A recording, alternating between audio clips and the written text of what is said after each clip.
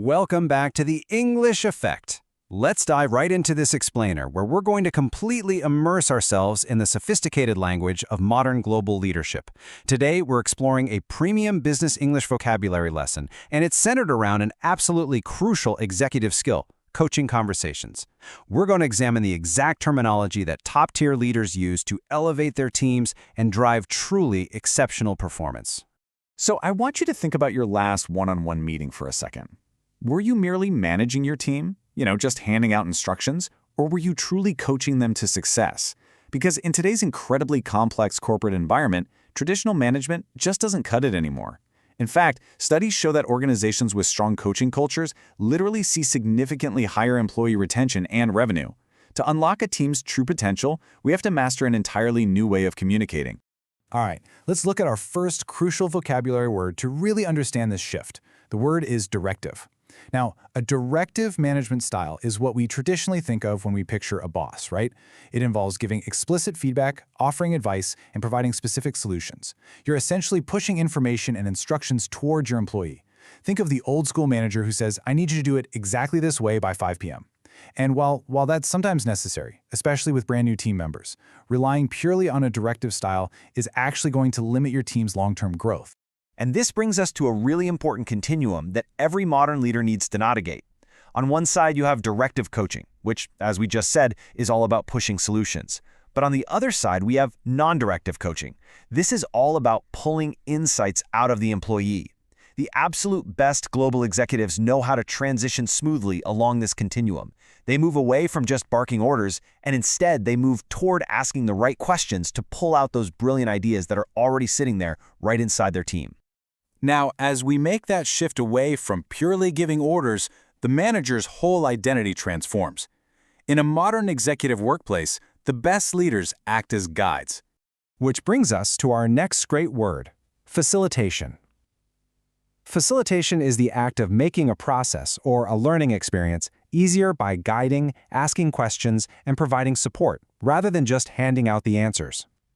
In a corporate context, you might use this in a sentence by saying something like, "The manager's primary role is the facilitation of goal-directed personal growth." You're essentially clearing the path so your employees can succeed on their own terms. But to truly facilitate that growth, we have to understand what actually motivates human beings at work in the first place. And this is governed by something called self-determination theory. You can think of this as the psychological engine behind effective workplace coaching. It's what directly fuels high performance. So, self-determination theory identifies 3 basic psychological needs. These are the 3 pillars every professional needs to thrive, innovate, and stay highly motivated in a global corporate environment: autonomy, competence, and relatedness. When your coaching style supports these 3 things, employee performance absolutely skyrockets. Let's break these down into our next essential vocabulary words. First up is autonomy. This is the need to self-regulate your experiences and actions. It's all about having a choice and feeling an internal sense of control. Premium executive coaches grant their teams autonomy. Instead of micromanaging every little detail, they encourage employees to genuinely feel like they are the authors of their own decisions. You might hear a great leader say, "You know what? You have complete autonomy over how you run this project." Next, we have competence. Competence is the very human need to feel a sense of efficacy, mastery, and capability in your work. As a coaching manager, you support competence not by doing the work for your team, but by giving them appropriately challenging assignments and the constructive feedback they need to master new skills. You might use this in a performance review by saying, "We really want to build your core competence in data analysis this quarter." The third pillar is relatedness. This is the need to feel a sense of belonging, connection, and being professionally supported by others. A truly great coaching conversation builds relatedness. By showing consistent empathy and professional respect, managers build secure, trusting workplace attachments. For example, you could proudly say, "Our team's high level of relatedness means we always support each other during those really tough quarters." Now, here's where the magic happens. When you support autonomy, competence, and relatedness, you trigger a powerful process called internalization. Internalization is the psychological process where an employee takes an external corporate goal and adopts it as their own internal intrinsic motivation. Through autonomy-supportive coaching, employees stop doing things just because the boss said so. Instead, they start taking profound personal ownership. When internalization happens, an employee thinks, "I want this project to succeed for my own professional pride." and that's a game changer. So, the big question is, how do we create the kind of deep dialogue that leads to this amazing level of motivation? Well, it requires a powerful connection between the people talking. We have to move far beyond standard corporate small talk and into highly intentional communication. And to do that, you need symmetry. In communication, symmetry is a state of equal partnership, mutual respect, and a balanced relationship. This is a sharp contrast to the unbalanced, asymmetric power dynamic of old-school management, where the boss talks and the employee just sits there and listens. You might use the word like this: there is true symmetry in our one-on-ones. We explore problems together as equals. And when you finally achieve that symmetry, you can experience something called resonance. Resonance is a shared moment of profound meaning, trust, and connection between individuals. Modern coaching aims to create these highly productive, meaningful moments in business all the time. It's that light bulb moment, where both the coach and the coachee see a situation with perfect, shared clarity. We've all felt that rare, amazing click in a really great meeting. You could say, wow, that strategy session had incredible resonance with the entire executive team. So practically speaking, how do we actually achieve this symmetry and resonance? Let's transition to the real-world application so you can use this in your very next one-on-one meeting. The secret sauce? It lies entirely in the types of questions you choose to ask.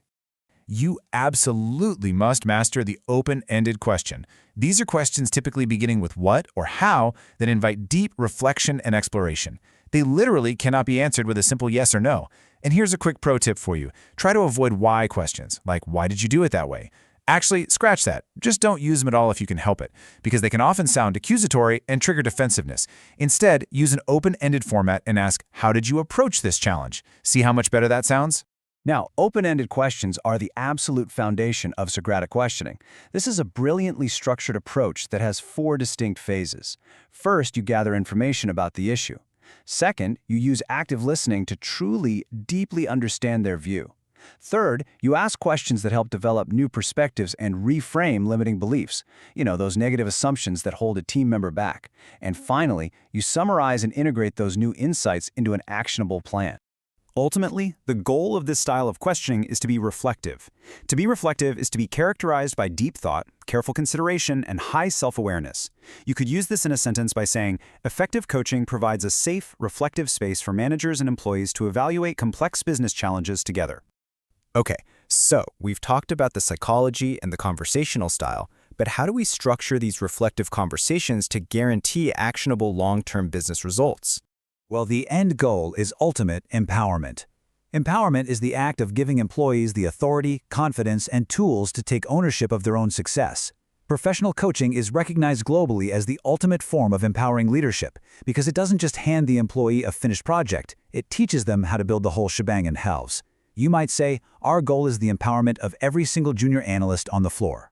To facilitate this empowerment, global executives very often use the GROW coaching model. It's a highly practical, non-directive framework.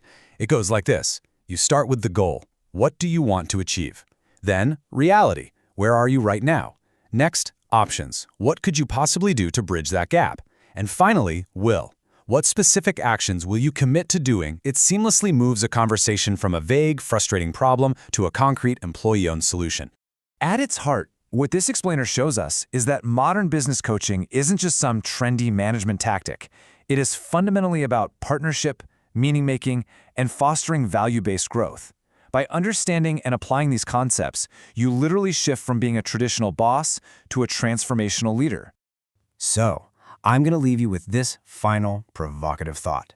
Look back over the terminology we've covered today. Everything from autonomy and facilitation, all the way to resonance and empowerment.